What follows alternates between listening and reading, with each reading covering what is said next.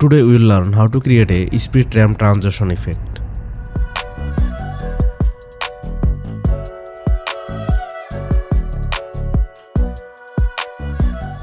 I have several video clips here and I will create a speed ramp transition for this video. First, I will double click to zoom in on the layer. Then I'll go to FX, right click and select speed ramp. Now I will move a few frames forward and add a pendulum point. After that I'll select the selection tool and drag this line upward, which will increase the video speed. I am getting the speed between 70 to 80%.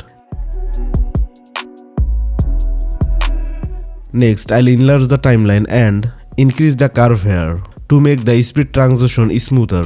Now if I play it, you will see that the video's speed is increasing. Similarly, we will create the speed for the remaining parts as well.